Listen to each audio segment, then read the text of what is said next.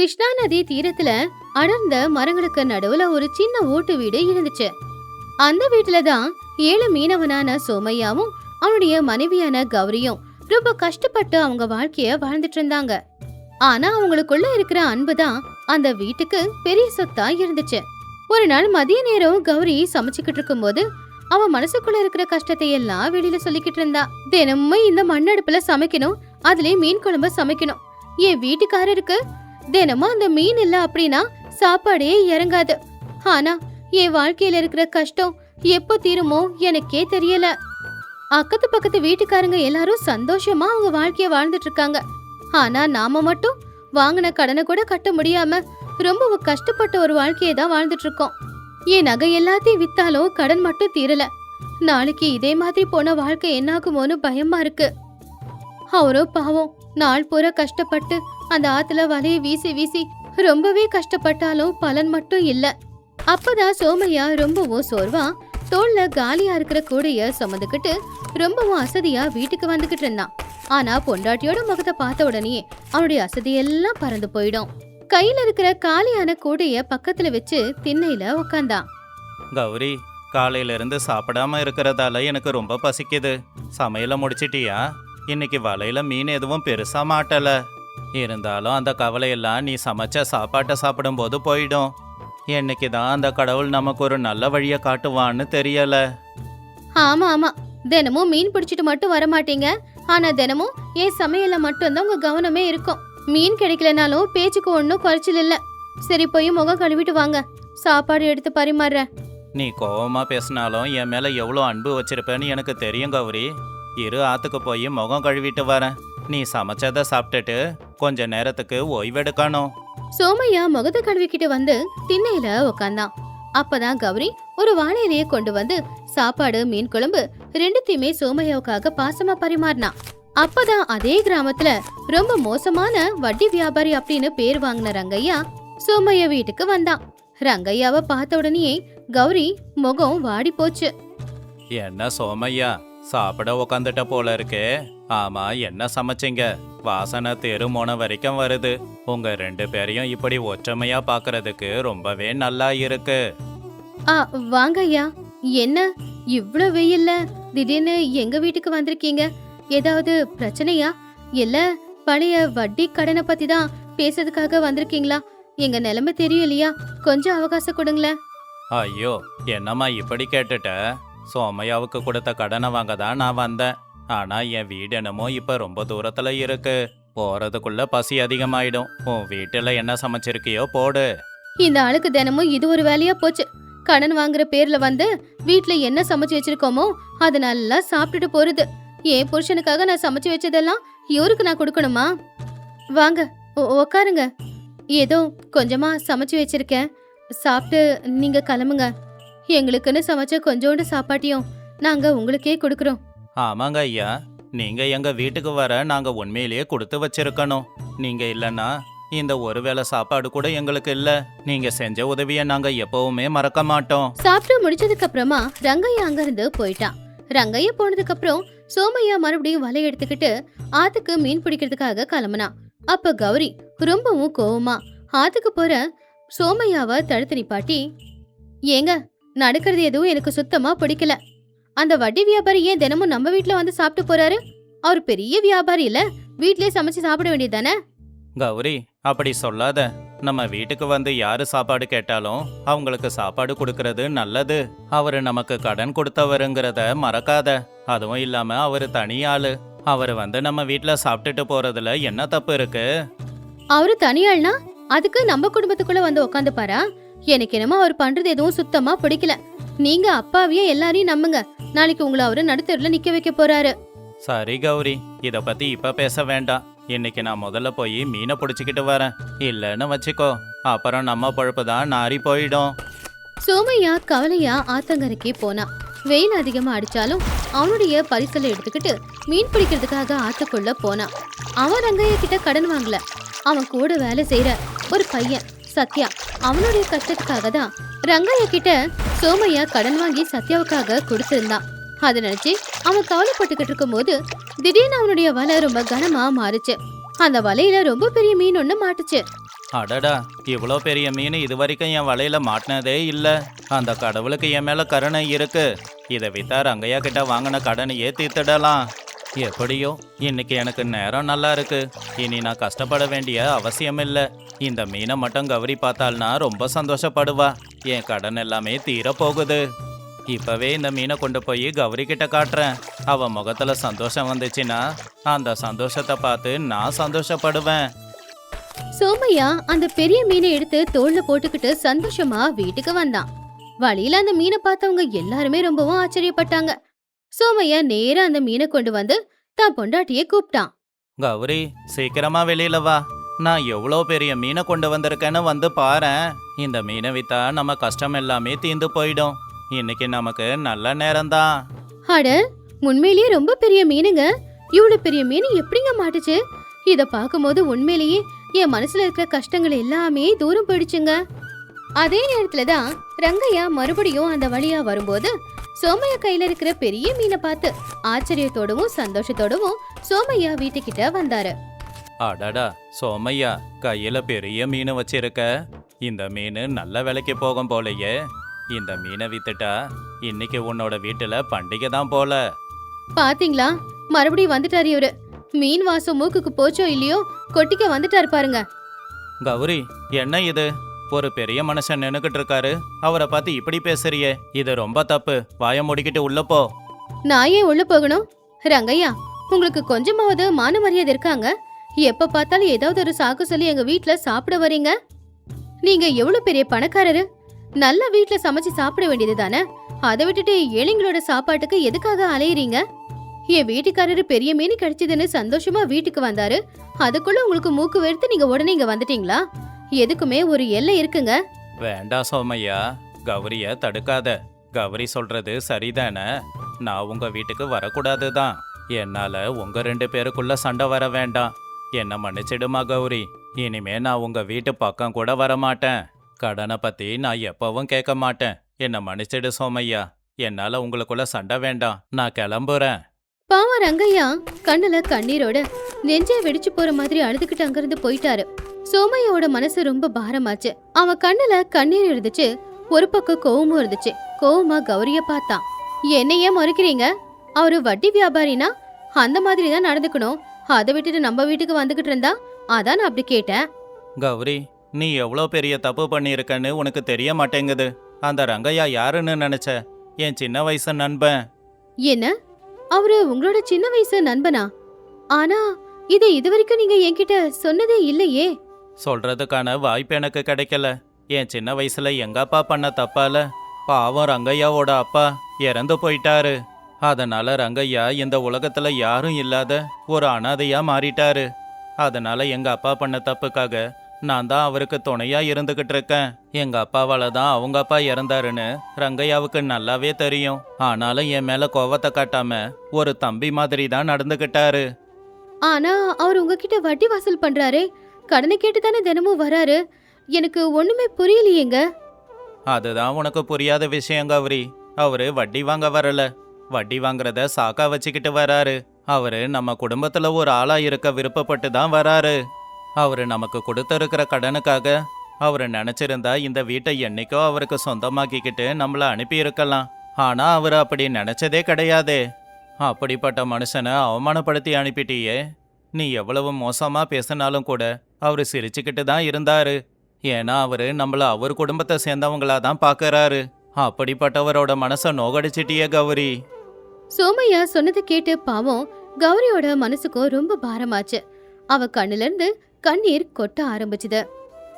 அவ வாய் தவறி பேசின வார்த்தைகள் எவ்வளவு தப்பு. அந்த வார்த்தைகள் ஒரு மனுஷனை எந்த அளவுக்கு பாதிச்சிருக்கும்னு நினைச்சு அவ அழ ஆரம்பிச்சா. ஐயோ, நான் எவ்வளவு பெரிய தப்பு பண்ணிட்டேன். பாவம் யாரும் இல்லாம வாழ்ந்துகிட்டு இருக்கிற அந்த நல்ல மனுஷனை இவ்வளவு கஷ்டப்படுத்திட்டேனே. இந்த பாவத்தை எந்த கங்கையில கொண்டு போய் நான் கரைக்க? உண்மை தெரியாம நான் இவ்வளவு பெரிய தப்பு பண்ணிட்டேனே. முன்னாடியே ஒரு வார்த்தை சொல்லியிருந்தா நான் இந்த மாதிரி தப்ப யோசிச்சிருக்க மாட்டேன்லங்க. பாவம் ரொம்ப மனசு நொந்து போயிட்டாரு. அவரை வீட்டுக்கு கூட்டிட்டு வந்து இன்னைக்கு நான் என் கையார சந்தோஷமா சமைச்சு போடணுங்க. வா கௌரி, இப்பவே ரங்கையாவோட வீட்டுக்கு போய் அவர்கிட்ட மன்னிப்பு கேட்டு நம்ம வீட்டுக்கு கூட்டிக்கிட்டு வரலாம். இன்னைக்கு இந்த பெரிய மீனை போட்டு குழம்பு செஞ்சு அவருக்கு கொடுக்கலாம். செஞ்ச தப்ப சரி பண்ணலாம். அப்படி ரெண்டு பேரும் வேக வேகமா ரங்கையாவோட வீட்டுக்கு போனாங்க. ஆனா ரங்கையாவோட வீட்டு கதவு சாத்தி இருந்துச்சு. கடன் பத்திரம் எல்லாமே வாசல்ல கிழிச்சு போட்டிருந்துச்சு. அங்க ஒரு கடுதாசியும் இருந்துச்சு. அத பார்த்து சோமையா கௌரி ரெண்டு பேரும் பயந்து போயிட்டாங்க. சோமையா அந்த கடுதாசியை எடுத்து, கௌரி, இங்க பாத்தியா? ரங்கையா கடுதாசி எழுதி வச்சுட்டு போயிருக்காரு. இதுல என்ன இருக்குன்னு பாரு. அன்புள்ள சோமையாவுக்கு, உன் பொண்டாட்டி சொன்னது உண்மைதான். நான் உங்க வீட்டுக்கு சாப்பாட்டுக்காக ஆசைப்பட்டு வரல. இந்த உலகத்துல எனக்குன்னு யாரும் இல்ல. அதனால தான் ஒரு நாள்ல கொஞ்ச நேரமாவது என்னோட குடும்பமா நினைக்கிற உங்க குடும்பத்து கூட இருந்துட்டு போகலான்னு வந்தேன். ஆனா அதுவே பிரச்சனையாகும்னு நான் எதிர்பார்க்கல. அதனால தான் என்னோட வீட்டையும் சொத்தையும் விட்டுட்டு நான் வேற இடத்துக்கு போகலான்னு முடிவு பண்ணிட்டேன். உன்னோட கடன் பத்திரத்தை கிழிச்சு போட்டுட்டேன். நீ கடங்காரன் இல்ல, என்னை மன்னிச்சிடு சோமையா. ஐயோ அண்ணன், வேண்டாண்ண, தயவு செஞ்சு நான் பண்ண பாவத்துக்கு இவ்வளவு பெரிய தண்டனையை கொடுத்துட்டு போகாதீங்க. தயவு செஞ்சு எங்க வீட்டுக்கு திரும்ப வந்துருங்க அண்ணன். உங்க சொத்து உங்க வீடு எதுவும் எங்களுக்கு வேண்டாம். நீங்க வந்தாலே எங்களுக்கு அதுவே போதும். அவரு இப்பதான் இங்கிருந்து போயிருக்கணும். ரொம்ப தூரம் போயிருக்க வாய்ப்பில்லை. என்னோட உயிர் நண்பனை அப்படியெல்லாம் நான் போக விட மாட்டேன். வா கௌரி, சீக்கிரம் போய் அவரை தேடலாம். இங்கதான் எங்கேயாவது இருப்பாரு. சோமையா கௌரி ரெண்டு பேரும் அந்த கிராமம் முழுக்க எல்லா இடத்துலயும் தேடி பார்த்தாங்க. ஆனா எங்க தேடினாலும் அவங்களுக்கு ரங்கையா கிடைக்கல. கடைசியில ஆத்தங்கரையோரமா போய் விசாரிச்சப்போ அங்க ஒரு படகோட்டி சொன்னா, ரங்கையா கொஞ்ச நேரத்துக்கு முன்னாடிதான் அவனுடைய படகுல ஏறி வேற ஊருக்கு போன விஷயத்த, அவரு கண்ணெல்லாம் கண்ணீரா இருந்துச்சுன்னு சொன்னா. அதை கேட்டு ரெண்டு பேரும் ரொம்ப வருத்தப்பட்டாங்க. ஐயோ கடவுளே, ஒரு நண்பனா ஒரு அண்ணனா இருந்த ஒருத்தரை என் வாழ்க்கையில நான் இழந்துட்டேனே. இந்த குற்ற உணர்ச்சி என்ன நிம்மதியாவே இருக்க விடாதே. இந்த கடன் பத்திரமோ அவருடைய சொத்தோ எனக்கு தேவையில்லை. எனக்கு என் நண்பன் தான் வேணும். அவர் இல்லாம இந்த மிச்ச வாழ்க்கைய நான் எப்படி வாழ்வேன்? ஐயோ கடவுளே, யாரு என்னன்னு தெரியாம துரு துருன்னு வாய விட்டு ஒரு நல்ல ஆன்மாவோட மனசை ரொம்பவே காயப்படுத்திட்டேனே. இந்த பாவம் என்ன செய்ய போகுதோ தெரியலையே. ஐயோ கடவுளே, தெரியாம செஞ்ச ஒரு தவறுக்கு இவ்வளவு பெரிய தண்டனையை நீ கொடுத்தே ஆகணுமா? கௌரி, இனி அழுது புண்ணியமில்ல. கள்ளங்கபடம் இல்லாத ஒரு ஆன்மாவை நாம கலங்க வச்சிட்டோம். அந்த பாவம் நம்மள வாழ்க்கை முழுக்க சுத்தி தான் வரும். இனி அந்த பாவத்தோடவும் குற்ற உணர்ச்சியோடவும் தான் நாம வாழ்க்கைய வாழ்ந்தாகணும். ஆமாங்க, இந்த பெரிய மீனோ அவரு நமக்காக விட்டுட்டு போன சொத்தோ இப்போ எனக்கு வெறும் ஒரு பொருளாதான் தெரியுது. நம்ம சந்தோஷத்தை மொத்தமா அவரு கூடவே எடுத்துக்கிட்டு போயிட்டாரு. அவரு இல்லாத இந்த வெறுமையான வாழ்க்கைய கவலையோடவும் கஷ்டத்தோடவும் கண்ணீரோடவும் தான் நாம வாழணும் போல தெரியுதுங்க. உண்மைதான் கௌரி, ரங்கையா மாதிரி ஒரு நல்ல ஆன்மாவை நாம இழந்துட்டோம். இனி நாம என்னதான் அழுதாலும் அந்த ஆன்மா நம்ம கிட்ட வரப்போறதில்ல. அவ்வளவுதான். இனி இந்த வெறுமையோட அமைதியான ஒரு வாழ்க்கையை தான் நாம வாழணும். நான் அந்த கடவுள்கிட்ட தினமும் வேண்டிக்கிறேன். ரங்க என்ன எங்க இருந்தாலும் அவர் எப்பவுமே சந்தோஷமா இருக்கணும்னு வேண்டிக்கிறேன். தவறுதலா வார்த்தையை விட்டு அந்த மனுஷனை நான் காயப்படுத்திட்டேன். அதுவே என் வாழ்க்கைக்கு தண்டனையா போச்சு. அன்னையில இருந்து சோமையாவோட குடும்பமே அமைதியா மாறிடுச்சு. அவங்க வீட்டுல இருந்த சந்தோஷம் இப்ப இல்ல. ரங்கையா இல்ல அப்படிங்கிற வெறுமைதான் அவங்க முகத்துல, அவங்க வீட்டுல எல்லாத்துலயுமே தெரிஞ்சுது. அவசரப்பட்ட யார பத்தியும் தெரியாம வார்த்தையை விட்டுட்டா அது எவ்வளவு பெரிய பிரச்சனையாகும் அப்படிங்கறத கௌரிக்கு ஒரு பாடமாவே கடவுள் கற்றுக் கொடுத்துட்டாரு. எப்பவுமே எதை கொட்டினாலும் அள்ளிடலான்னு சொல்லுவாங்க. ஆனா வார்த்தையை கொட்டினா அள்ள முடியாது. உடம்புல பட்ட காயமும் மறைஞ்சு போயிடும். ஆனா மனசுல பட்ட காயம் மறையாது. அதனால நாம எதையுமே பேசும்போது பல தடவை யோசிச்சு பேசுறது ரொம்ப நல்லது. ஒரு ஊர்ல ரொம்ப பெரிய வட்டி வியாபாரி பூபதியோட பெரிய வீட்டுக்கு முன்னாடி அந்த ஊர்லயே ரொம்பவும் ஏழையான ராமையா கைய கட்டிக்கிட்டு நடுங்கிக்கிட்டே நின்னுக்கிட்டு இருந்தான். ராமையாவோட முகத்துல ஒரு வறுமை, அவன் கண்ணுல கண்ணீர், வயித்துல பசி, மனசுல துக்கம், இது எல்லாம் கலந்துருந்துச்சு. ஐயா, பூபதி ஐயா, நீங்க எங்களுக்கு கடவுள் மாதிரி. என் வீட்டுல நானும் என் பொண்டாட்டியும் சாப்பிட்டு ஒரு வாரம் ஆகுதுங்க ஐயா. நான் ஆம்பளை தாங்கிப்பேன். ஆனா என் பொண்டாட்டி பசி தாங்க முடியாம ரொம்ப கஷ்டப்பட்டுக்கிட்டு இருக்கா. இந்த பசியால எங்க உசிரே போற மாதிரி இருக்கு. உங்க வயல்லையோ இல்ல உங்க ஹோட்டல்லையோ ஏதாவது ஒரு கூலி வேலை போட்டு கொடுங்க ஐயா. நானும் என் பொண்டாட்டியும் வயிறார 3 வேளை நிம்மதியா சாப்பிடுவோம். தயவு பண்ணி எங்க மேல கருணை காட்டுங்க ஐயா. என்ன சொல்ற ராமோ? உனக்கு என்னோட ஹோட்டல்ல வேலை கொடுக்கணுமா? இந்த எலும்புக்கூடு உடம்ப வச்சுக்கிட்டு உன்னால ஒரு மூட்டையை கூட தூக்க முடியாது. என்னோட ஹோட்டல்ல வேலை செய்யறதுக்கும் ஒரு தகுதி வேணும்டா. உன்னை மாதிரி அழுக்கு துணியை போட்டுக்கிட்டு எலும்புக்கூடு உடம்ப வச்சுக்கிட்டு வந்துட்டா உனக்கு என் ஹோட்டல்ல வேலை செய்யற தகுதி வருமா என்ன? உன்னை மாதிரி ஒருத்தன் என் ஹோட்டல்ல வேலை செய்யறத பார்த்தா ஜனங்க யாருன்னா வருவாங்களா? உனக்கு என்னால வேலை கொடுக்க முடியாது. போய் சந்தையில பிச்சை எடுப்போ. ஐயா, தயவு பண்ணி வேலை இல்லைன்னு மட்டும் சொல்லி அனுப்பாதீங்க ஐயா. நீங்க என்ன வேலை கொடுத்தாலும் நான் செய்வேன். என் உடம்ப வச்சு மட்டும் தயவு செஞ்சு என்னை எடை போடாதீங்க. ஏன்னா என் பொண்டாட்டி உயிரோட இருக்கணுமே. அவ பட்டினியா இருக்கிறத பார்த்துட்டு என்னால இருக்க முடியல. தயவு பண்ணி எதனா வேலை போட்டு கொடுங்க ஐயா. டேய், உன்கிட்ட தானே இப்ப வேலை இல்லைன்னு சொன்னேன். சும்மா உன்கிட்ட கெஞ்சிக்கிட்டு இருக்கணுமா? என் வீட்டு வாசலுக்கு வந்து தோணான்னு பேசாத. என் நேரமெல்லாம் வீணா போகுது. உன்னை பார்த்தாலே 4 நாளைக்கு சாப்பிட முடியாது. டேய், யாருடா அங்க? இவனை கழுத்தை பிடிச்சி வெளியில தள்ளுங்க. இனி என் வீட்டு வாசலை இவன் மிதிக்கவே கூடாது. உடனே பூபதியோட ஆட்கள் வந்து ராமையாவை பிடிச்சி வேகமா கீழே தள்ளி விட்டுட்டாங்க. ராமையா தூரமா போய் தெருவுல விழுந்தான். அவன் துண்டு தரையில விழுந்துருச்சு. அவமானம் தாங்க முடியாம பாவம் ராமையா தலை குடிஞ்சுக்கிட்டு கண்ணுல கண்ணீரோட அங்கிருந்து போய்கிட்டு இருந்தான். ஊஜனங்க பாத்துக்கிட்டு இருந்தாலும் அவங்களால எதுவுமே செய்ய முடியாம அவங்க அமைதியா இருந்தாங்க. மதிய நேரம் வெயில்ல மண் தெருவுல பாவம் ராமையா ரொம்பவும் கவலையோட நடந்து போய்கிட்டு இருந்தான். கால்ல செருப்பில்ல. அந்த அனலுக்கு தர அவன் காலை சுட்டாலும் கூட அதை விட அவன் இன்னைக்கு பட்ட அவமானத்தோட வலிதான் அவனுக்கு பெருசா தெரிஞ்சுக்கிட்டு இருந்துச்சு. வேர்வை தலையிலிருந்து கொட்டிக்கிட்டு இருந்துச்சு. கண்ணீர் கண்ணுல இருந்து கொட்டிக்கிட்டே இருந்துச்சு. கடவுளே, ஒரு ஏழையா இருக்கிறது இவ்வளவு கஷ்டமா? 4 பேருக்கு நடுவுல ஒரு மனுஷனு கூட பார்க்காம இப்படி துரத்தி அடிச்சு அனுப்புறாங்களே. நான் இவங்க கிட்ட பணம் கேட்டு போனனா இல்ல உதவி கேட்டு போனனா? நான் கேட்டு போனது ஒரே ஒரு வேலையை தானே. அந்த வேலையை கொடுத்தா என்ன ஆயிட போகுது? கஷ்டப்பட்டு உழைச்சி சம்பாதிச்சு தானே என் வயித்தையும் என் பொண்டாட்டி வயித்தையும் நிரப்ப பார்க்கறேன். இதுல என்ன தப்பு? இந்த உசுரை விட்டுடலான்னு பார்த்தா பாவம் என் பொண்டாட்டி சீதாவோட நிலைமை என்ன ஆகும்? ஏற்கனவே அவ சாப்பிட்டு 4 நாள் ஆச்சு. என் உசுறு போயிடுச்சுன்னா என் பொண்டாட்டியும் உயிரோட இருக்க மாட்டாளே. கடவுளே, நான் ஒரு கையால் ஆகாதவன். என்னை நம்பி வந்த என் பொண்டாட்டிக்கு ஒரு வேளை கஞ்சி கூட என்னால ஊத்த முடியல. அப்பதான் அந்த வழியில போற சில கூலி ஆட்கள் ராமையாவை பார்த்து கிண்டல் பண்ண அங்க வந்தாங்க. என்ன ராமையா, காலையிலேயே ஜமீன்தார் வீட்டுக்கு போன போலயே. எதுக்கு? அவர் ஹோட்டல்ல எதனா மிச்ச மீதி இருந்தா உனக்கு தூக்கி போடுவாருன்னு போனியா? பசி தீந்துச்சா? அவ்வளவுதானடா.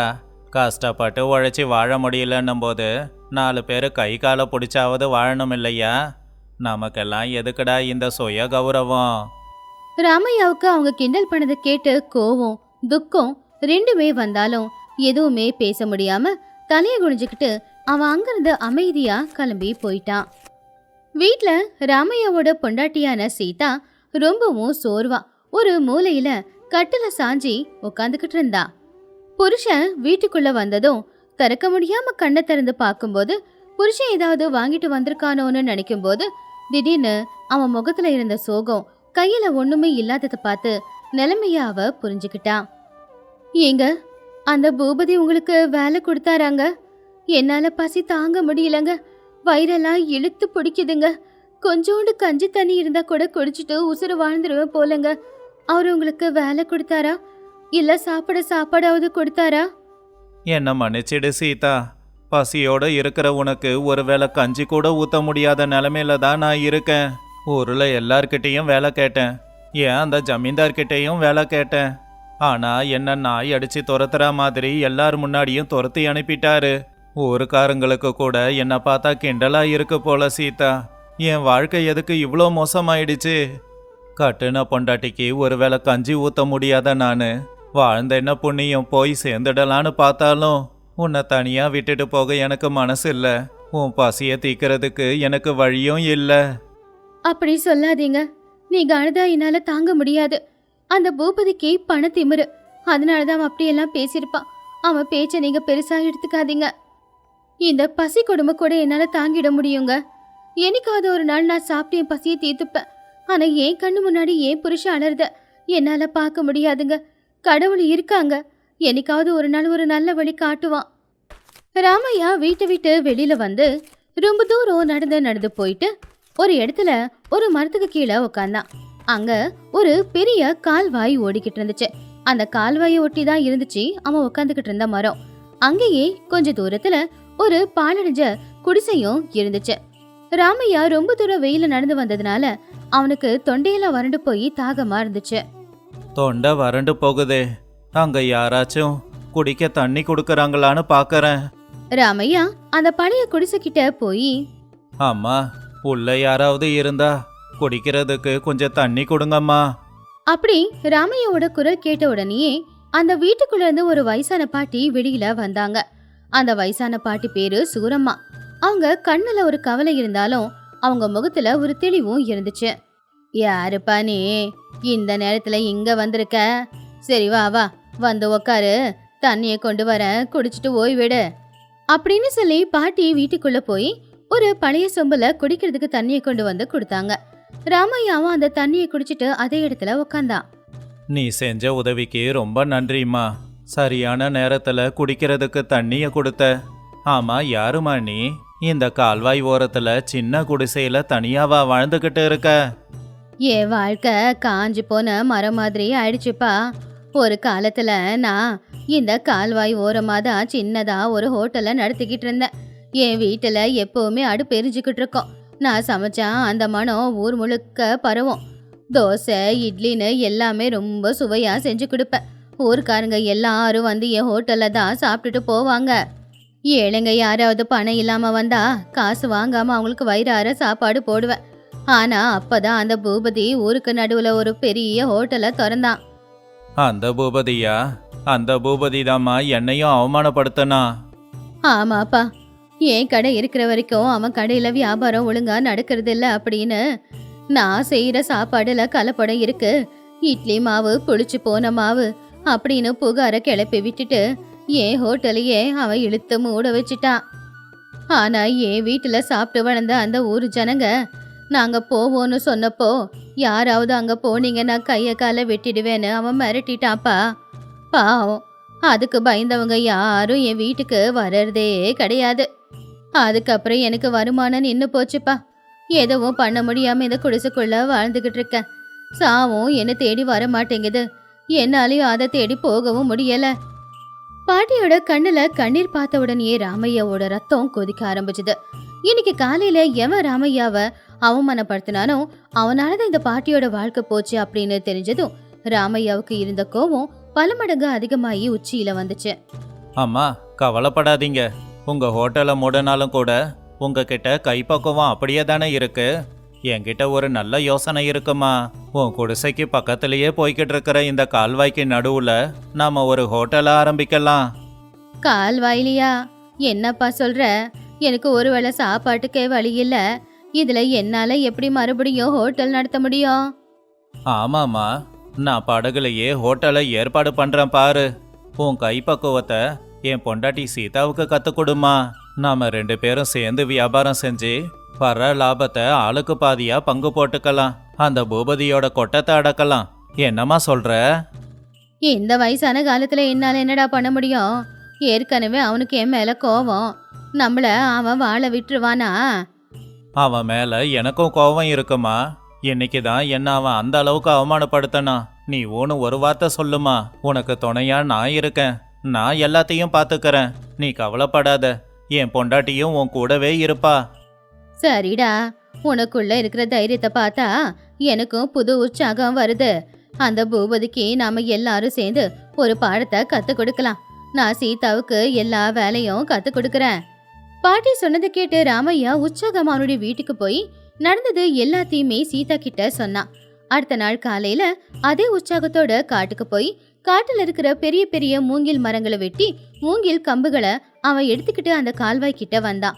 கால்வாய்க்கு நடுவுல அந்த மூங்கில நட்டு வச்சு அவன் பெரிய மேடு ஒன்ன ஏற்பாடு பண்ணி அதுல சில சேரு டேபிள் அப்படியே 2 மண் அடுப்பையும் ஏற்பாடு பண்ணான். நல்ல சில்லுன்னு வீசுற காத்துல ஜனங்க உட்காந்து சாப்பிடுறதுக்கு அந்த இடம் ரொம்ப வசதியா இருந்துச்சு. பாட்டி சமையல் பண்ணிக்கிட்டே சீதாவுக்கு எப்படி சமைக்கணும்னு சொல்லி கொடுத்துக்கிட்டு இருந்தாங்க.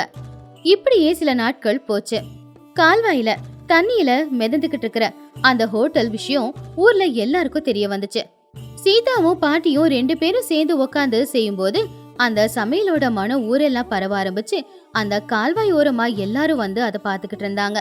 அந்த சுவைக்கும் மனத்துக்கும் அவங்க எல்லாருமே உடனே பாட்டியோட ஹோட்டலுக்கு போய் சாப்பிட ஆரம்பிச்சாங்க.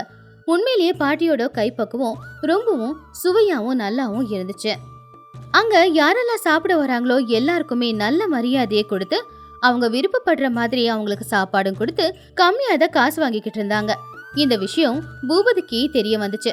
பூபதி அந்த கால்வாயில இருக்கிற ஹோட்டலை பார்த்து, என்னடா இது, நேத்து வரைக்கும் பிச்சை எடுத்துக்கிட்டு இருந்த அந்த பிச்சைக்காரனோட ஹோட்டலுக்கு ஏன் இவ்வளோ பேர் போறாங்க, என்னோட ஹோட்டலுக்கு ஏன் வரல?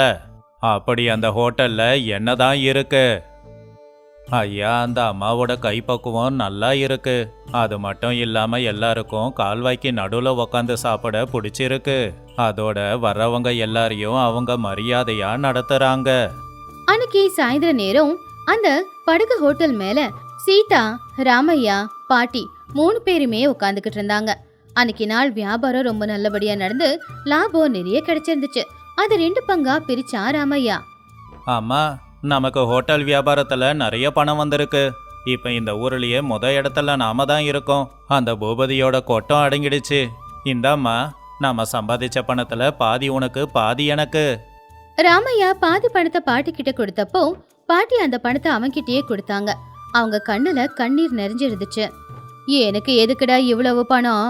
இந்த பணத்தை வச்சுக்கிட்டு நான் என்ன பண்ண போறேன்? எனக்கு தேவை 2 வேளை சோறு. அத நீங்க போட்டுட போறீங்க. இந்த பணம் உங்ககிட்டயே இருக்கட்டும். உங்க பிள்ளைங்களுக்கு எதிர்காலத்துக்கு தேவைப்படும். என்னோட மிச்ச வாழ்க்கை அந்த பாலணிஞ்ச குடிசையில அப்படியே முடிஞ்சிரும். அப்படி சொல்லாதீங்க பாட்டி. இன்னைக்கு நாங்க வயிறார சாப்பிடுறோம், 4 பேருக்கு முன்னாடி கௌரவமா வாழ்றோம் அப்படின்னா அதுக்கு காரணம் நீங்க தான் பாட்டி. உங்க பேத்தி மாதிரி கெஞ்சி கேக்குறேன், எங்க வீட்டுக்கு எங்க கூட வந்துருங்க பாட்டி. அம்மா, உனக்கு யாரும் இல்லைன்னு நீயே முடிவு பண்ற? நாங்களாம் இல்லையா? இத்தனை நாளா தனியா அந்த இருட்டு குடிசையில நீ வாழ்ந்ததை நினைச்சாலே எனக்கு மனசெல்லாம் வலிக்குது. உனக்கு பிள்ளையாவும் மருமகளாவும் நாங்க இருக்கோமே. எங்க கூடவே வந்து எங்க குடிசையிலேயே தங்கிடுமா. நானும் சீதாவும் உனக்காக இருக்கோம். நீ எங்க கூட இருந்தா தானே நாங்க உங்களை பார்த்துக்க முடியும். உனக்கு உடம்பு சரியில்லைன்னா நாங்க என்ன பண்ணுவோம்? என் பேச்சை கேட்டு எங்க கூடவே வந்துடுமா. என்ன பெத்த தாயின்னு சொல்லிருக்கியேடா. உன் மனசு கஷ்டப்படுற மாதிரி நடந்துப்பேனா நான் உன் கூடவே வரேன். எனக்கு இன்னைக்கு ஒரு குடும்பம் கிடைச்சிருச்சு அப்படின்னு சொல்லி பாட்டி அவங்க கண்ணுல இருந்த கண்ணீரை தொடச்சுக்கிட்டாங்க. அப்படி அந்த படகு ஹோட்டல் அவங்க 3 பேருடைய வாழ்க்கையில இல்லாத ஒரு சந்தோஷத்தை கொண்டு வந்திருந்துச்சு. ஒரு ஏழையோட பசியையும் அவனுடைய கஷ்டத்தையும் பார்த்து அவனை அசிங்கப்படுத்த கூடாது, கிண்டல் பண்ணக்கூடாது. எவன் ஒருத்தன் பிச்சை எடுத்தாலும் கூட அத நேர்மையா செய்யறானோ அந்த நேர்மைய நாம பாராட்டணும். நேர்மையா ஒழுக்கமா இருக்கிறவனுக்கு கடவுள் துணையா இருப்பாரு.